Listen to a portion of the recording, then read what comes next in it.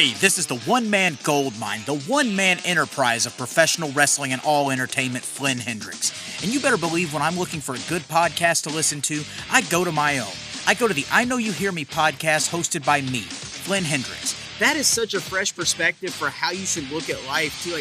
I love that. And then when I'm feeling spooky, I go to my other podcast, Tales from the Haunt, where I want my head shoved inside a 15-pound silicone mask. More.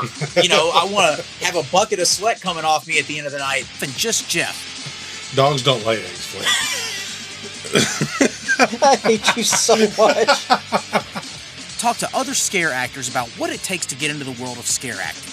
So if you're curious about how people became professional wrestlers, actors, prioritized their mental health, became entrepreneurs, avoided burnout, or got into scare acting, you need to go check out I Know You Hear Me and Tales from the Haunt, available on all podcasting platforms. And I know you hear me.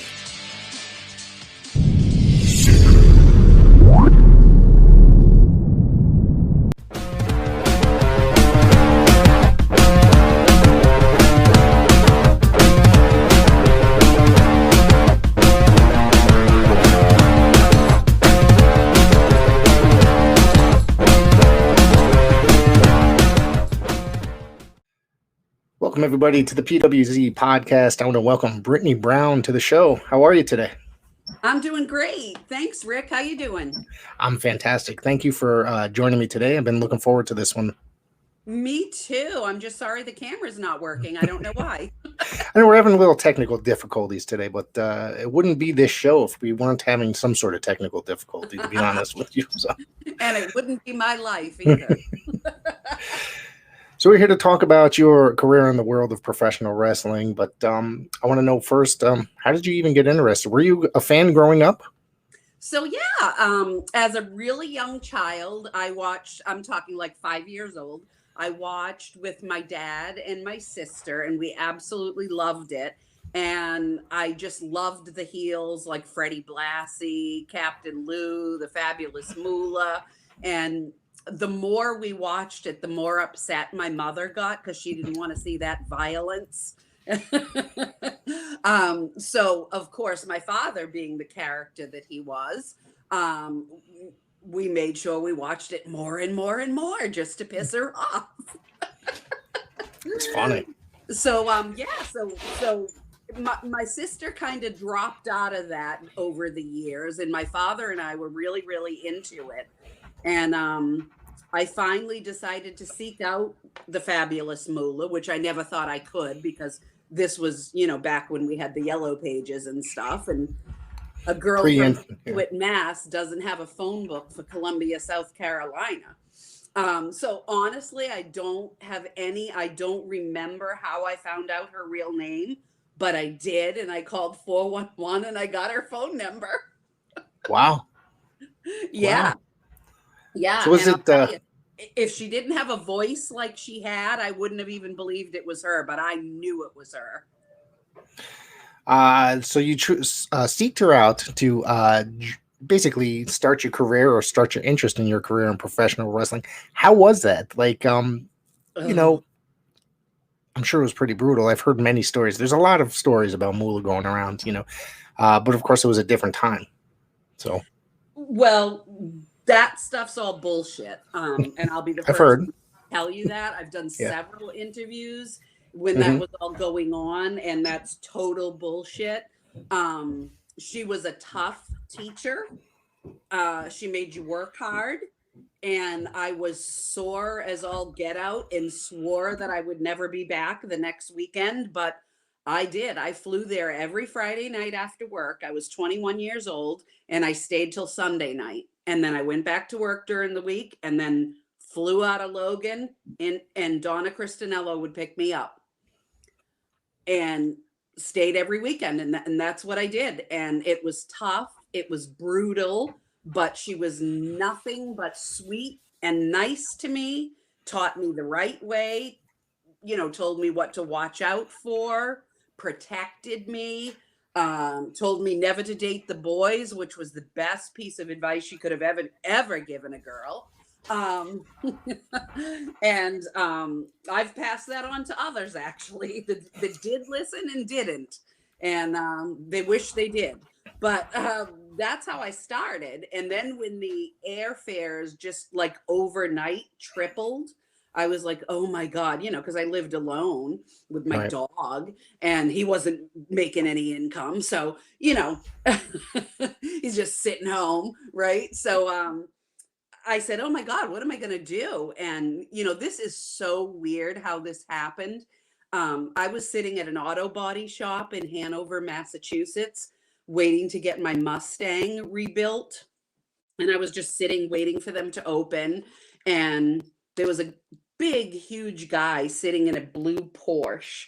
And I could see just how big he was because the car was so little and it looked kind of funny from, like 20 feet away.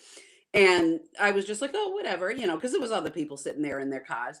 So as soon as the guy pulled in, who I happened to be friendly with, I got out of my Mustang and this big guy got out of his Porsche and he walked over to me. Now, I had never seen him before, but he towered over me and I'm 6'1". And he said, oh my God, you look like a wrestler. And I was like, how the heck? Like, what would make you say that? And he's like, you're so tall, you could be a wrestler. And I'm like, well, I go to the Fabulous Moolahs right now. And he's like, what? Come to find out, that was Misty Blue Simmes' car, and Tony Santos Jr. was taking it in to have body work done on it for her.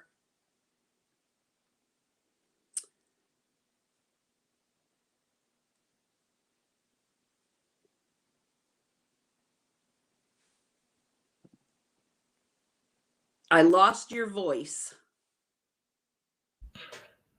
It's because I muted. That's because I muted my microphone because there was a background noise. So, anyways, like I said, it wouldn't be this show without technical difficulties. You brought up Misty Blue Simmes, and I got to say that growing up, she was one of like my absolute favorites growing up. I absolutely loved her, watching her work for the NWA. I watched LPWA back in the day. She was just awesome. I used to see her at the Tommy Jeanette's Northeast Championship Wrestling at the fair over here in North Haven, Connecticut. Yep. Yeah. So that's how I found my way to Walters from Tony Santos. And I thought, oh my God, what perfect timing. Because I could not afford to pay 3 times what I was paying to go every single week. That would have been like way more than my rent for a month. Wow. But it all worked out. I went to Walters. Everything was great. When I first got there, I will be honest though, when I first got there, the only girls that were there were Misty, Linda, Kat, and a really scary looking girl named Cookie. And you could tell she was really tough. And I was just like, oh my God, I'm not sure I want to get involved with these people. So I waited a bit and I went back, probably like another month or 2. I kept going to Moolah's. And finally, I just said, I have to make the move. So I'm just going to have to do it. I'm going to have to go and sign up. And plus, Walter didn't have a ring at the time. And it was right outside of the combat zone in Boston. And I'm like, oh my God. Here I am in this souped up, rebuilt 17 coats of black lacquer Mustang, jacked up with mag wheels, driving through the combat zone to get to Walters. And I had at that point, the only place I had ever been outside of my quaint little town of Scituate, Mass was Columbia, South Carolina. So I'm looking at people laying on the road and, drunks on the sidewalk. And I was just like, what am I getting myself into? And then I had to walk 3 stories up, and half of the 3rd floor was a soup kitchen. And the other half was Walter's school with no ring. So you had to be on gymnastic blue mats, and you had to bounce off concrete walls and pretend they were ropes. Wow. So that's how I learned, between Moolah's with Donna's help and Moolah's help also. and from Walter, and Cookie and I ended up becoming the best of friends. And that was, I think, 1986. And we're still friends today. Wow. That's That's amazing. Scary girl. That's pretty amazing, though. I mean, an amazing story about how that happened, how you ended up at Walters or Yeah, Mr. it Kowalski. is so weird. And I had never even heard of Tony Santos at that time. I knew nothing. Like I said, I was just a little girl from this little town, and it was such a big deal that I was going to Logan Airport. It was like, and yeah, so like I didn't know who Tony Santos was, and it was just so weird. Like, talk about timing, right? I find it crazy that you traveled or that you flew every weekend to South Carolina. That in itself, I mean, that takes dedication and, like you said, a lot of money. Yeah, absolutely. And the reason why is because when I got into wrestling, I got into it not to be a full-time job. I wanted it to be a weekend thing. And that's what I was looking for. So I wasn't about to take a leave of absence from my job or quit my job. I wasn't going to do that. And I thank God every day that I didn't. What were you doing for work at the time? I'm still doing. I am an insurance person, third generation. Okay. What are your earliest memories about being in the ring, and who was it against? Oh boy. So my first match ever, believe it or not, my name was Sheena the Jungle Queen. And I fought Jamie West in Malden, Mass. in a 4-minute match that the poor thing had to carry me like you wouldn't believe, because I was way too green. I was nowhere near ready. But somebody no-showed, and I got called at the last minute. So I had to wear the tiger print outfit with the black and white paint in my hair, my face and my hair. And oh yeah, Sheena the Jungle Queen. And oddly enough, 2 photos of that match actually made a magazine. Really?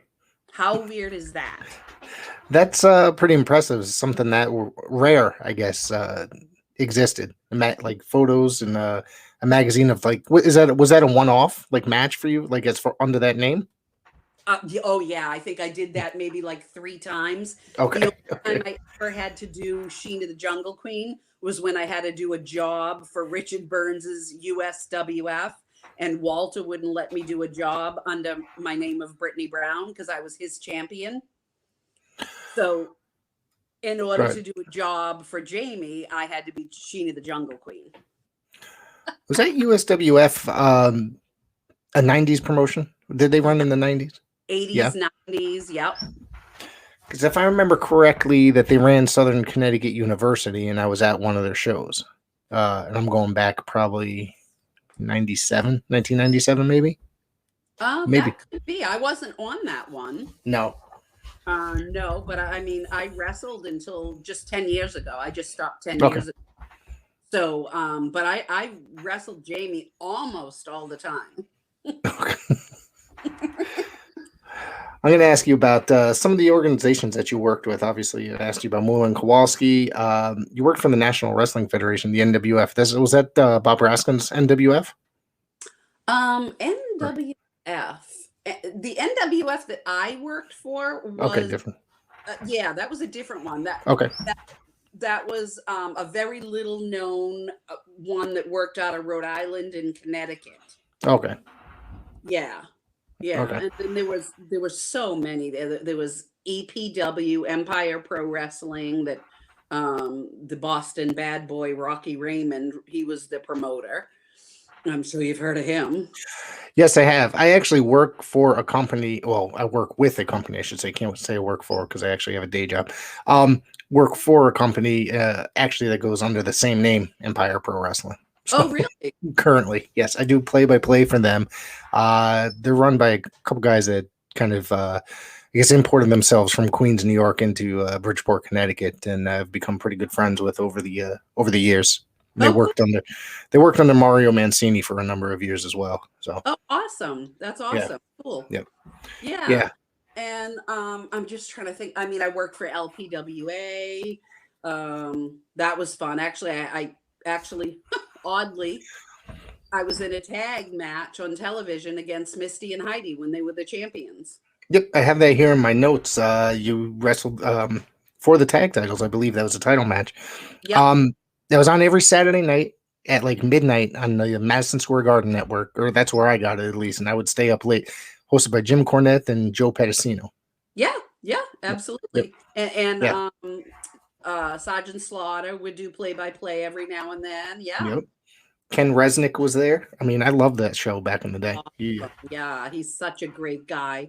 That's where I first met him, actually, and we're still friends today. He's a great guy. Yeah, really good guy. I talk to him on Facebook every now and again, mostly about wrestling. Yeah. So you hooked up with the Savoldis through was he Rocky Raymond, right? The Boston Bad Boy. Oh no. That was actually through Cookie. Okay. Cookie was booked for a match, and I had broken my neck at Walter when Cookie went to Japan. She was the one that I was working with there, and she was absolutely one of the best lady workers I ever worked with. And she was straight right out of Walter's. And she was in Japan, and Walter put me with this new girl, and I didn't want to work with her. And Walter yelled at me and screamed at me, and we had this like big screaming match. But of course, who do you think's going to win, me or Walter? So Walter wins, and I run to do the sunset flip, and the girl pile drives me into the ground, and I break my neck. Oh man. So I was out for 3 years, remained friends with Cookie. She was booked on an ICW show. My father and my father went with me to every single match, no matter where it was, what country, what city, what state. He never missed a match in 28 years. And that's amazing right there. I'm sorry to cut you off, but that is amazing. Isn't that unbelievable? That's awesome. Yeah. Yeah. And my mother only went to 2, and she cried both times. She went to my first, and she went to my first title win, and that was it. She's like, oh, I can't believe it. You're such a nice girl, and they're booing you. I was like, Mom. But anyways, so I went with Cookie, and gee, guess what? The girl doesn't show up. And she's like, you have to do this with me. It's TV. You have to do this. And I'm like, Cookie, I haven't been in the ring for 3 years. Well, guess who did it? And had to be the worst match of my life. And the worst part of it, I gotta tell you, if I was Cookie, I would have refused. They put me over. And for her to be okay with that, I don't know, but she was an absolute pro.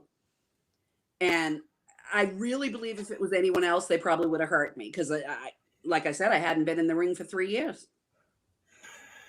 That's pretty cool. Do you have any other memories about working with the Savoldis? I was a huge ICW fan growing up as well. Like, I watched it. I still go back and watch a ton of their videos on YouTube all the time. Mario Savoldi has come on the show actually in April. So I'm looking forward to that. I'm finally getting that interview that I've been trying to get for 2 years. No, I actually did not work with them ever again. Oh, really? Okay. Yeah, I didn't. Neither did Cookie, actually. No. There was a few things that happened there. We'll leave that part off if you're going to be interviewing him. I mean, more than likely he won't listen to this. But if you want to talk about it, I mean, it's up to you. But that's pretty. It's probably something odd. I'm guessing something not too good. Yeah, not too good. Between that and the fact that Phil Apollo, who was also one of Walter's guys, but he was paying people, just walked right in our dressing room while we were getting changed, and I said, excuse me, we're getting dressed. And he said, oh, that doesn't matter to me. And I said, well, it matters to us. Wow. And so, like, it was that. And, the fact that I did get booked by Mario. He did call me at my house, and I did get booked for 6 more shows under certain circumstances that I was not willing to to partake in. So I lost those bookings. Okay. That's honorable. That's understandable. If you were not willing to. Yeah, absolutely. Yeah, not interested. Tell me, I know we touched upon the LPWA at the time, so tell me about working there. As like I said, it has had national television, pretty much national syndication. It was all over the place, and you would work there for a little while. You worked, you worked Magnificent Mimi, and you worked Tina Moretti there. So those were two of the biggest stars that were in women's wrestling at the time. Yeah, and I worked with my actually very good friend and the person that I flew there with, who was also out of Walters.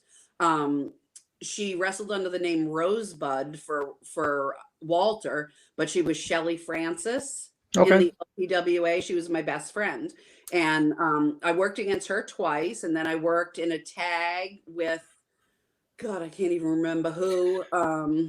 I saw a couple different partners, but for the Misty Blue and Heidi Lee show, was it Jan Flame I have here? Jan Flame, yep. And then the other tag that I did against Ivory and I forget who, that was with the goddess, who was Candy Divine.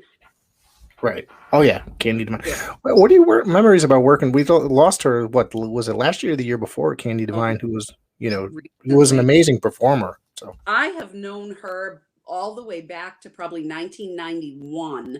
Oh, wow. I met her, or actually no, it was because LPWA was 1990, and I knew her for probably 3 years before that. So 87, I met her.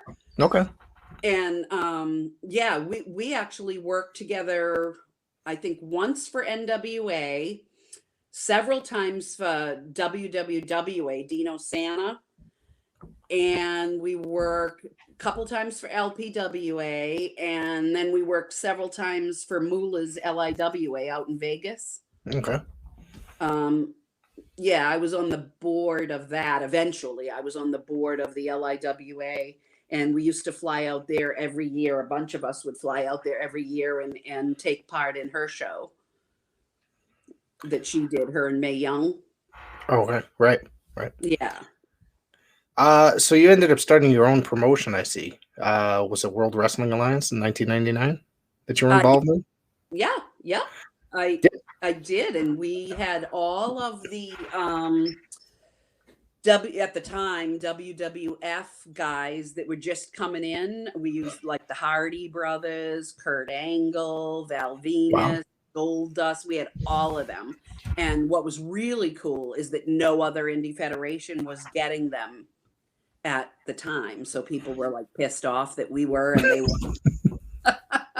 This is some of the guys in their peak, so I mean, you must have been having pretty good houses, I'm guessing, right? For my God, every one of them, absolutely, yeah. Almost every one of them was sold out. That's pretty amazing. Standing room only, more than we ever expected. In fact, we had Goldust versus Val Venus like the night before they were doing a WrestleMania. Okay. Yeah, and it was like so awesome. And I'm trying to think, we had Test, we had Edge, everybody. And then later on, we had people like Chris Candido and Sonny and Balls Mahoney and Sabu and Perry Saturn, who came from the same school as me. Yes, he's a Walter guy. Yeah, you're right. That's right. Oh, yeah. He was. I was there. I was there before him, but he came while I was still there. Him and John Cronus and Chyna and Triple H all started kind of around the same time when I was still there, and Matt Bloom also. Did you encounter Hunter and Chyna while you were there? Or no? Oh yeah. I was there the first day that Paul started. And for several years, I was Walter's female champion and he was the male champion. So we were booked on every single one of Walter's shows that he had. Because when you have the belt, obviously you get to work every show. Right. So, we were, two of us were on every single one of his shows. And Perry was the light heavyweight champion. So the three of us actually were on every single show together. What was he like back in the day, or Hunter back like that in the day? Back in the day. He was great. He was a nice guy. He was very shy. Really? Yeah, he was very shy. I remember when he first started, he was just over the line from New Hampshire. He came in from New Hampshire, and Tony Roy and Walter trained him. Tony Roy was one of Walter's guys, and he did a lot of work with Paul. And I don't think he gets enough credit for doing that, but he really did. He spent a lot of time and helped him and brought him along. And Paul was a great guy. He wasn't cocky or rude or mean or didn't think he knew more than anybody else. He was a great guy and always polite to me. It still is now. I saw him at Walter's funeral, which was quite a ways ago, and I also saw him at the Dunk in Providence when they had a show. I saw him there too, and he brought me backstage and said hi and shook my hand and gave me a hug. And to me, he'll always just be Paul. It's funny to see him grow from where he started to what he is today. I mean, who would have thought about that? You know what I mean? Like, I remember him very early on. Probably I remember him early on in WCW, maybe a little bit before that, but it's kind of funny him being a New England guy and then becoming what he is today. Oh yeah, it's amazing. And a lot of people, as you know, say that he doesn't deserve it. He didn't deserve everything he got, and it's all because he married the boss's daughter. It was absolutely ridiculous because he got everything he got in wrestling well before he even started dating Stephanie. Right. So I mean, he was a hell of a worker, and he's a nice guy. That's the other thing is, like, there was a lot of people back in the day that did not particularly care for him, and I'm just like, this guy is really good. You know what I mean? Maybe they were sick of him because they kept saying that they would go on rants saying, like, for how long that he was just burying everybody. I'm just like, this guy is just that good, And like you said, if there's anybody that deserved what he got, he worked for it. That's exactly what he did. He worked hard and he got it. Yeah, I think so. I mean, he was willing to quit his job and leave New Hampshire and move to where WCW was located and start a whole new life. And that's what he did. That's what he wanted when he started. And he seeked that out and he got it. He had the build, he had the look. He had the gimmick down perfectly too. Yeah. He did that great. Not everybody can pull that off. It's got to be convincing. Absolutely. the gimmick. There's a lot of guys I see when I watch wrestling, a lot of people, I should say, men or women, that their gimmick is just not necessarily convincing and then makes me turn it off. Oh, I totally agree with you. Yeah. Some of the things I look at, I just go, oh my God, like that's so bad. And do you still watch? I'm sorry. MJF at the very beginning, I was like, ew. And now I think he's awesome. What a great job. I knew that guy was going to be a star. Like, literally, I mean, I wouldn't say, really early on, obviously, but it's like when he started to get traction before, like when AEW was just starting to be a thing or right before it. And I was just like, man, this guy's really good. He's really good on the mic. He's really good at what he does. And was it been 4 years since he's been with that company? I don't know how long they've been around, but that guy literally is probably one of the best today going, whether it be on the mic, in the ring. He's willing to do business, it seems. Yeah, absolutely. Although I must say, if I did have to do wrestling full time, I would love to have his schedule. Right, but that's part of his character. I think the schedule really is. Yeah. Do you still watch? Obviously, you still watch today because of what we just talked about. But what else are you interested in today outside of MJF? Say, do you still watch WWE, or do you keep up on any indies around the area? Yeah, I keep up with some of the indies in the area. I live right on the Mass Rhode Island line, so I pay attention to Connecticut, New Jersey, Mass, Rhode Island, New Hampshire. I always look and check out, everything that's going on. And every year we go to the International Wrestling Federation Hall of Fame dinners. This year will be our 10th year doing that. Okay. Honoring Walter and all of us that either trained with or worked for or both Walter, and we all show up. Last year was our biggest. I think we had 42 people.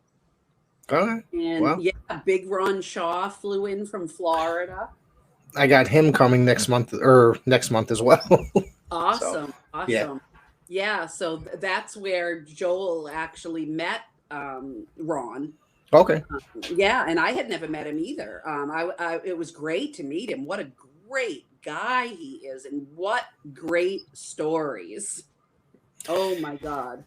Yeah, I'm really looking forward to talk to him coming up next month, because he just seems like a really good guy, and he had a really great career. I didn't really know much about him until I started digging into his career, doing research for that upcoming episode.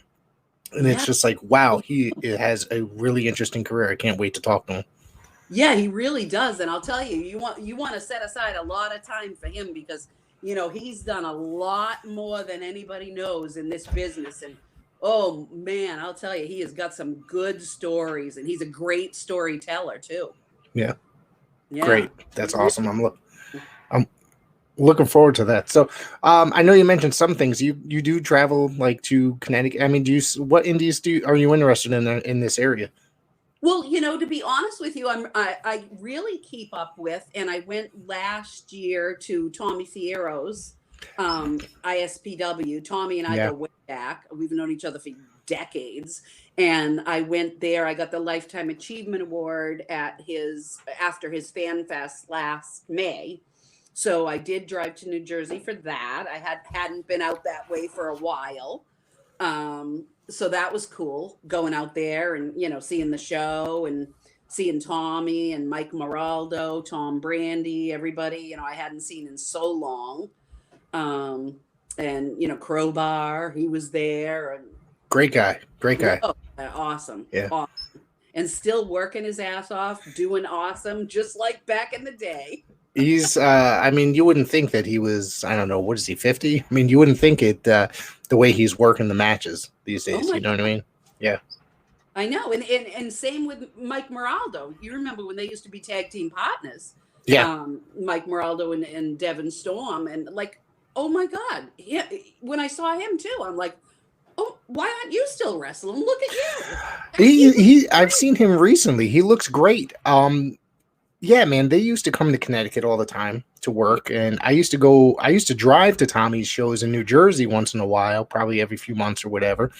And I got to tell you, some of those Tommy, no matter what he does, he puts 100% in.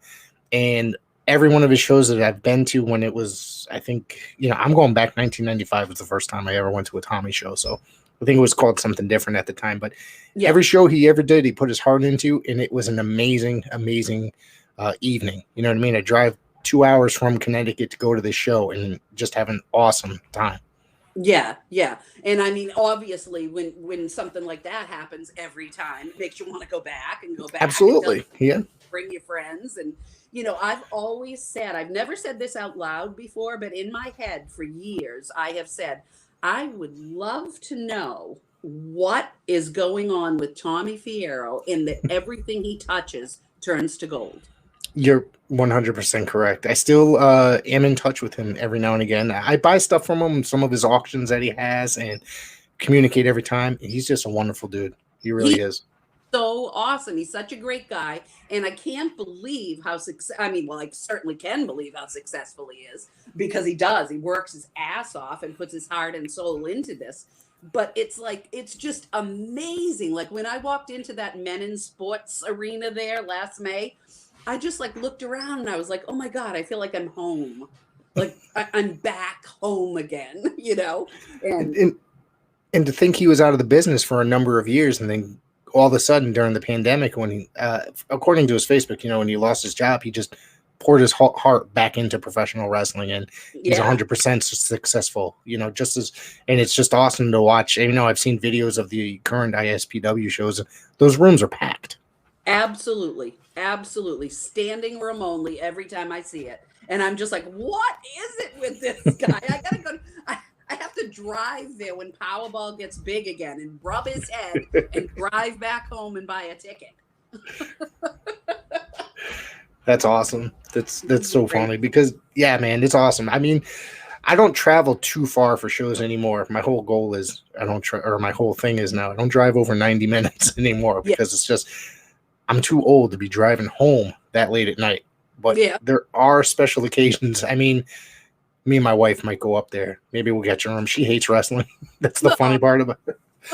I've dragged her to shows before. She's about to go to New Jersey with me at the end of the month for a show, and only because there's a meetup with a bunch of NWA fans, and they're all bringing their wives. So I said, you have no choice but to come.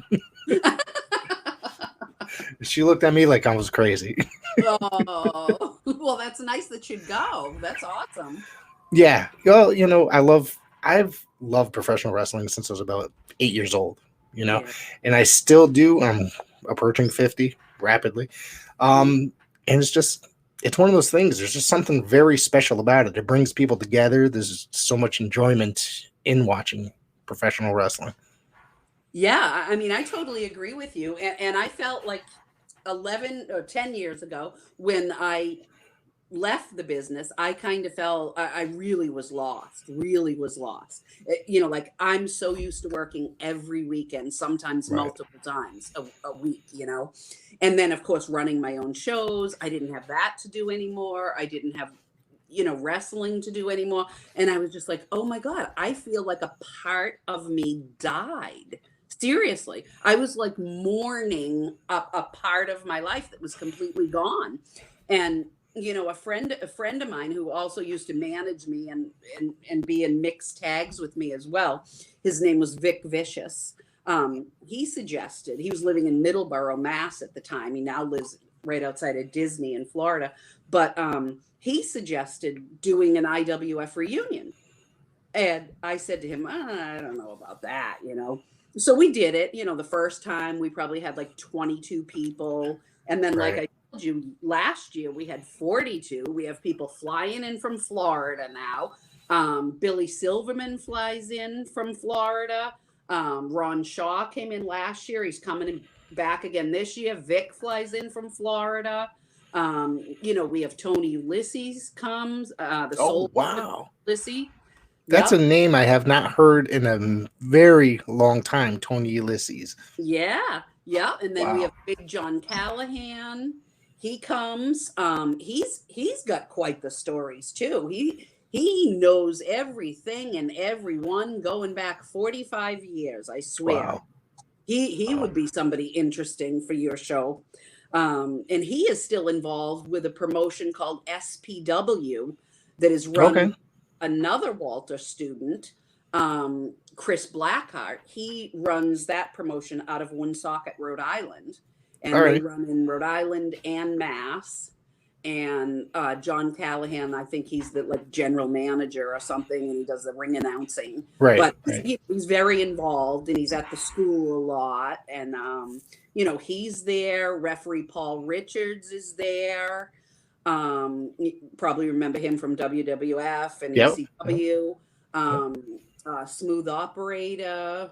You know, Cookie comes every now and then, and Dangerous Dave Starr, the Pink Assassin. You must remember him from ICW. I was going to say, is that the same one from ICW? Yes, I do remember the Pink Assassin from ICW. Yes, I always thought that was a weird gimmick. Yeah, boy, but he did that well, I'll tell you. Yeah. We have tons of guys and very few girls. Big Richard used to be the champion before. I think he lost it to Triple H actually.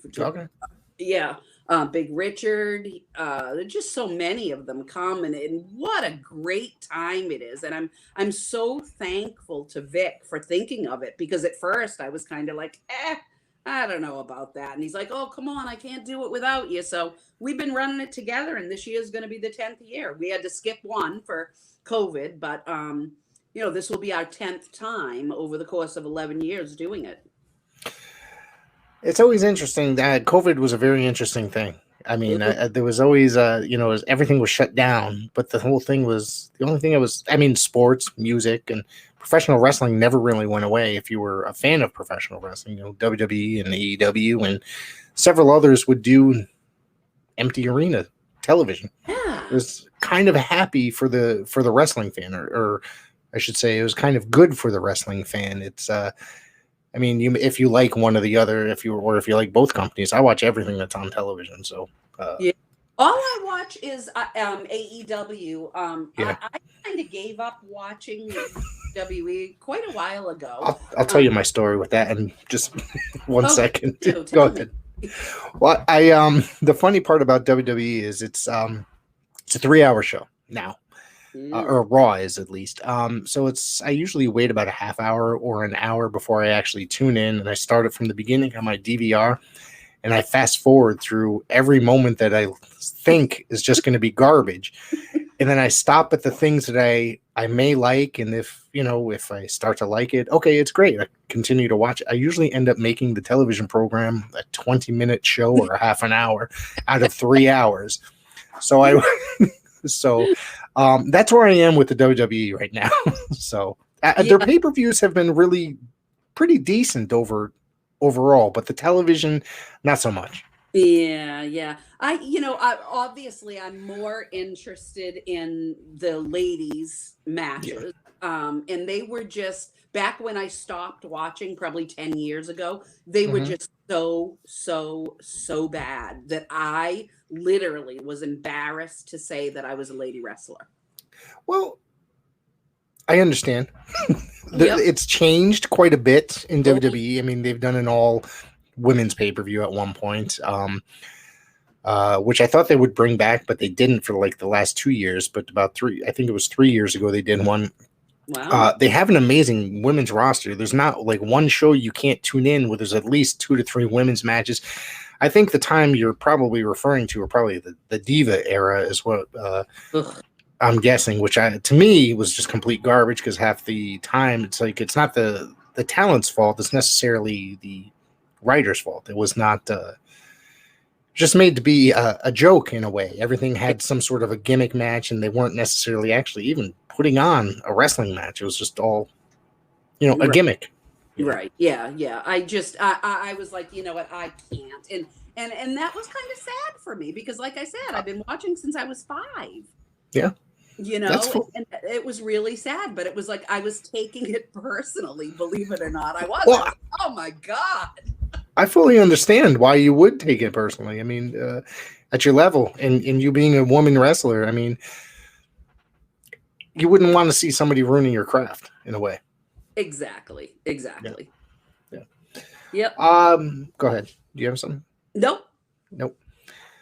Did you work for the NWA, correct? Did you work in the 80s NWA? I did. I believe it was 88, 89. Okay. Yeah. I worked, what are your memories of that? Sorry.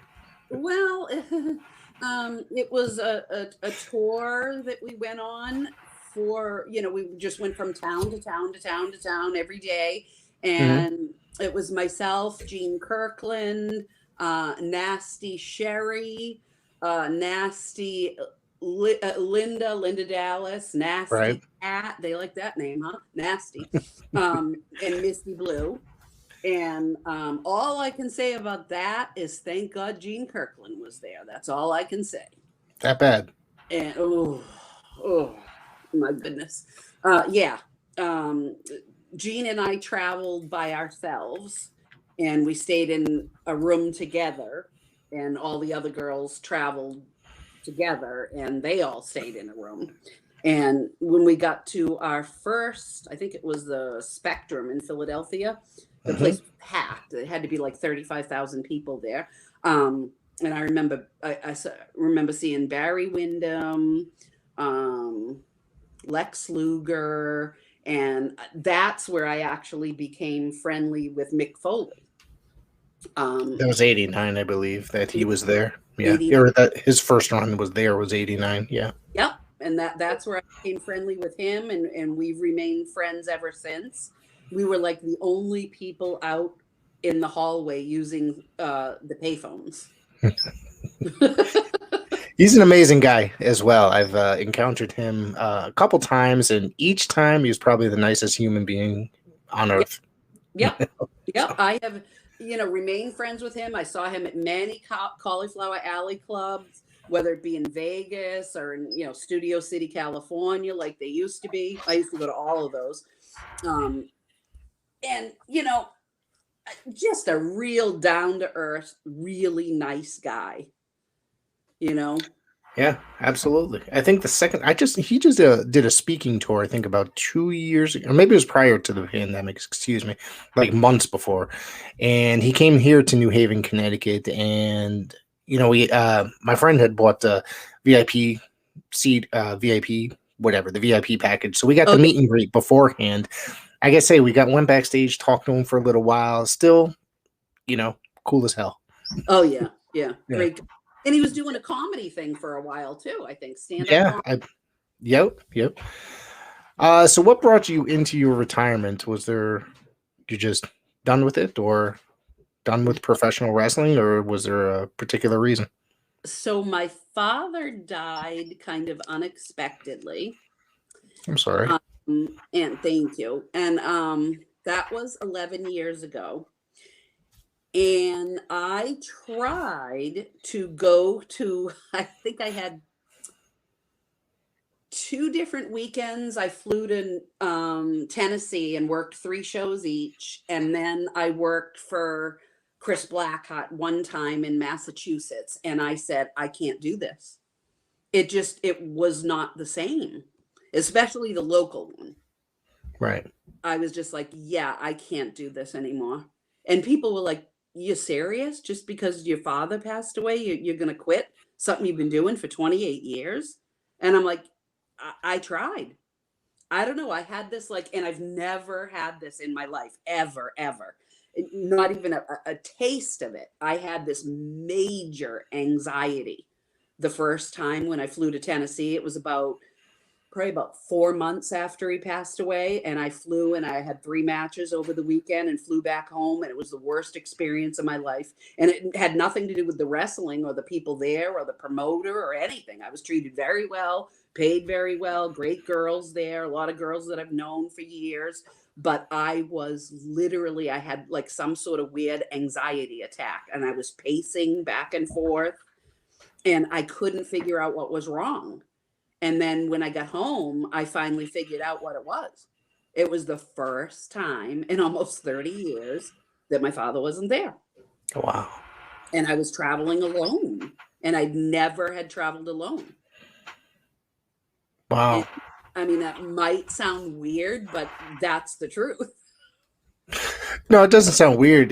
You're used to it, and he was there to support you each and every time that you went. You said he went on every single trip with you, even internationally. So the first trip without him, it had to be weird. I mean, uncomfortable in a way, probably. It was very uncomfortable. It was like I didn't know how to get back to the hotel. Like these things that I never had to think of before. Like, oh, so do I ask someone for a ride after we're done?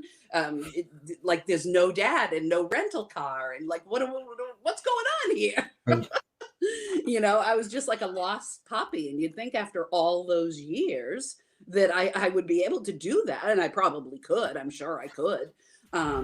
The second time got better, but I still had those same feelings when I went back. It was 1 year later. I went back and did Tennessee again, and I did 3 more matches out there. Again, great girl, Sarah Del Rey.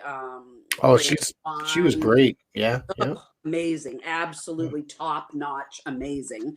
I was so happy to work with her. Speaking of which, she's one of those ladies that I would have expected to reach superstardom in the industry, during the whole women's boom. But I guess she just she ended up becoming a trainer for WWE or at the Performance Center for a while. Yeah, I thought she would have been a huge star. Me too. I was absolutely amazed that they hired her to be a trainer rather than a performer. And I would have liked to have seen both, because I think she is why the WWE women finally took a turn for the better. Mm-hmm. I think that's 100% on their decision to make her the trainer. And I believe she was co-trainer with Matt Bloom. Yep. So yeah, I mean, that's why it took a turn, and things started getting better there. The work was better. The work was solid. It was tight. It was great. I don't know if she's still there. I heard she is. I think she is. And that would explain why they're still doing so well in the women's division, and probably why it made it like it did. Because I'll be honest with you, I never expected to see an all women's pay-per-view. Did you?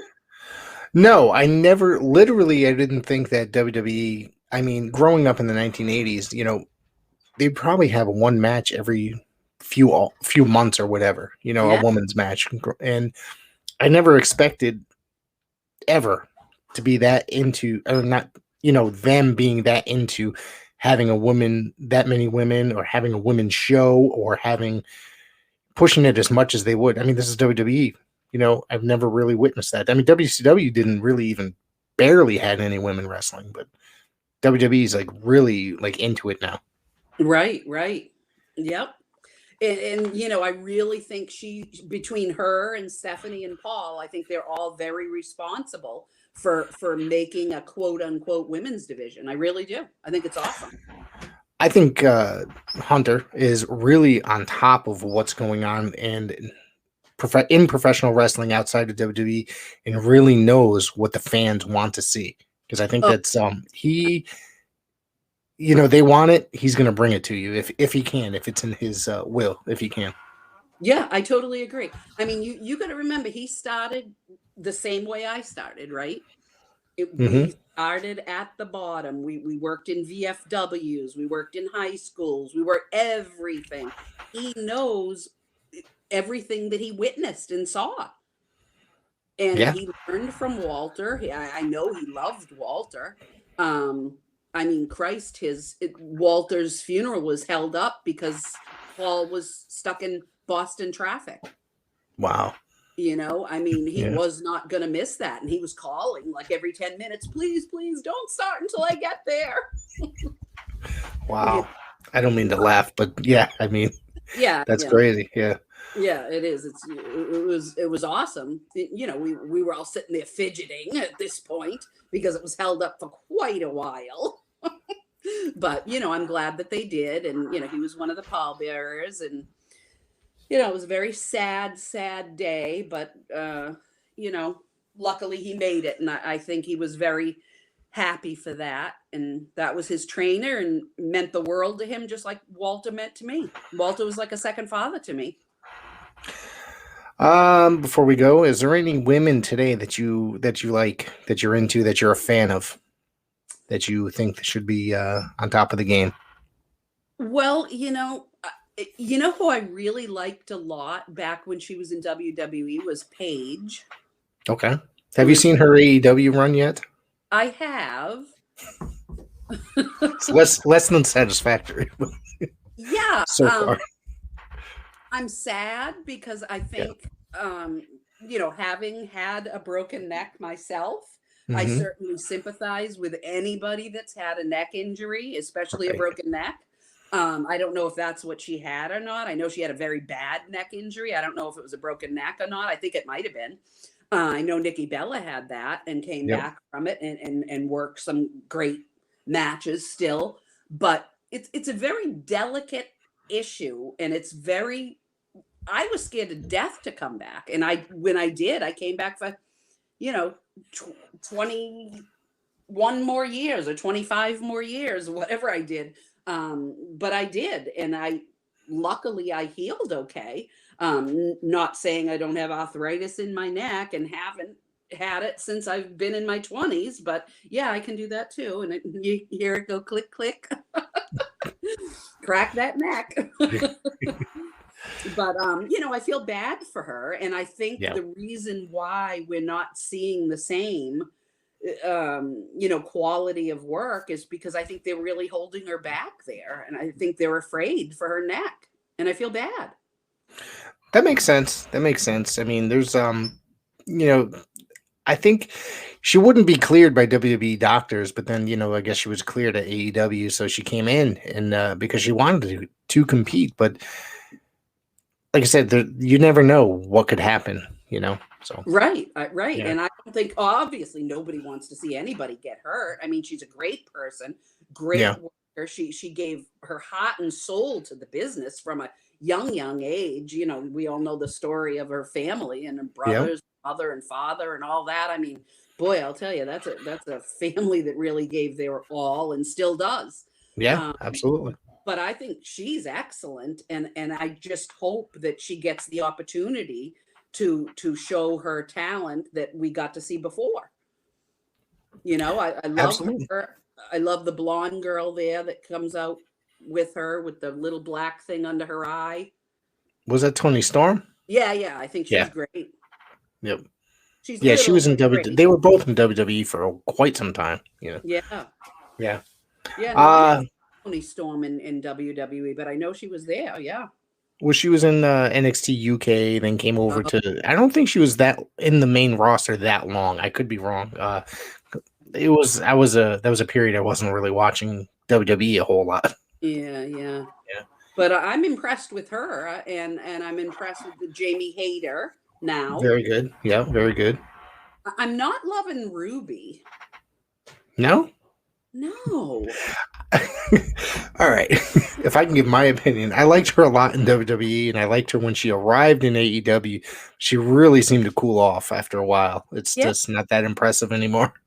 Yeah, I don't get it. And the constant sticking the tongue out, and like every inch of her skin is tattooed and pierced, and I don't know. To each his own, I guess. But I mean, right. In reality, I'm just kidding. In reality, as far as her work goes, she's definitely a good worker. But I don't know, she just moves like too quick. She's so fast, moving so fast when the other people aren't. Yeah, like I said, that's the difference between their work in WWE and AEW. I think that sometimes, I don't know, it's just a different system, I guess you could say. Yeah. And she just came back. Didn't she just bust her nose, like break her nose, like really bad recently too? So I mean, that's the I guess the I'm trying to say it. The way that things happen, I guess, in the in AEW. I shouldn't just say AEW, but they don't seem to. Never mind. I'm trying to word it properly, and it's not coming out right. It just seems like they're. I don't want to say less careful, but they're a little bit more open to doing a lot more in AEW. Maybe that makes more sense. And needless to say, we're seeing a little more injuries because Right. Yeah, but I mean, you obviously must have seen when she was pouring blood out. Yes, I cringed because I was kind of scared for her. I was too. I have never seen blood come out of anybody like that before in my entire career. In my entire life, have I ever seen anyone bleed that bad? And to think that it was a female. Yeah, I don't think I've ever seen women bleed before, really. I mean, outside of actually, it's only been AEW to my recollection, that I could, my immediate recollection. I think the other one was maybe when Thunder Rosa and Britt Baker were had that match, and there was just all that blood all over the place. Yep, that was a bad one too. But boy, when I zoomed in on her face and it was just dripping out on the mat, I thought to myself, if that were me, because I know how I am with blood. Needless to say, I could never be in the medical profession because I pass out very easily from blood. I can't believe that she continued to get up and wrestle. Yeah. I could not believe it. And then then when she got up and they announced her, as the winner and raised her hand, I said, she's going to drop. She's going to drop. I know it. Nope, she did not. And she did not even need any help walking back to the locker room. I couldn't believe it. That's pretty, it was kind of scary and quite incredible. Are you a fan of Thunder Rosa at all?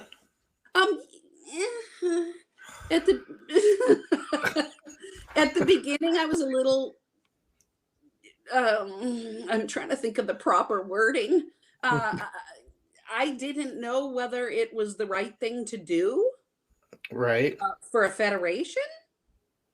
But I guess it is because it's working. I just wish they had more larger women for her to work with. Okay. Because I think she's very impressive, I have to say. Her size and her work is very impressive. Right. But like when it first came out, what the story was, I didn't know how people were going to take that. Right. You know, like all I heard and all I saw online, and we're talking way back a few years ago now, but all I saw online was, oh, I don't think it's right that I think you're referring to Nyla Rose. I'm sorry. Oh, I am. Yeah. I'm sorry. No, that's okay. That's okay. I don't. The whole Nyla Rose. Never mind about that. It is what it is with that situation. So, yeah, but Thunder Rosa. Oh, she's the one with the face paint. That's right. I haven't seen her for a while. What happened? I guess she got injured. She was a women's champion. She got injured. She went out. You know, I've been following her since, you know, I guess she was in Lucha Underground for a little bit, then was in the NWA, then, you know, came up to AEW. I became a fan of hers when she was in the NWA, and I thought she was absolutely incredible. And I don't feel like, you know, I think that she's great, but I don't feel like AEW is using her to her full potential, even though they gave her the title. I agree 100%. When she had the title, I did not think she was being used as in her best interest. Let's put it that way.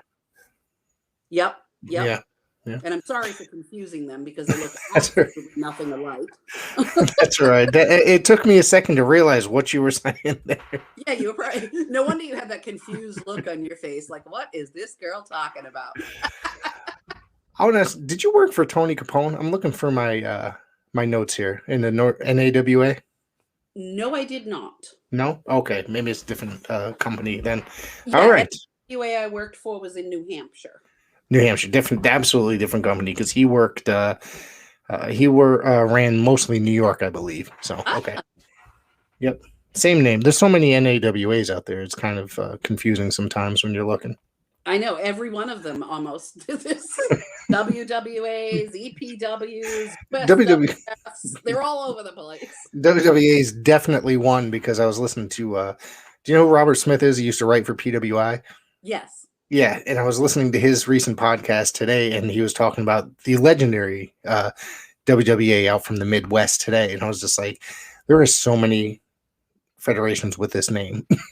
Just kept thinking about that.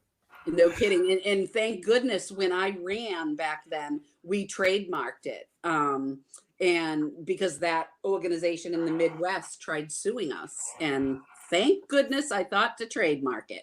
Wow. So, is there anything else that you'd like to throw in there tonight? Just support independent wrestling, and thank you to everyone for being fans of women's wrestling because it has been a pleasure and quite an experience spending so many decades in it. I've loved every minute of it. I want to thank you for coming on the show. Hopefully we can do it again down the road sometime. Maybe talk some more wrestling. I had a fun time just talking wrestling outside of your career as well. Absolutely. Thank you so much. And thank you for having me. I really loved our hour together. Thank you. Absolutely.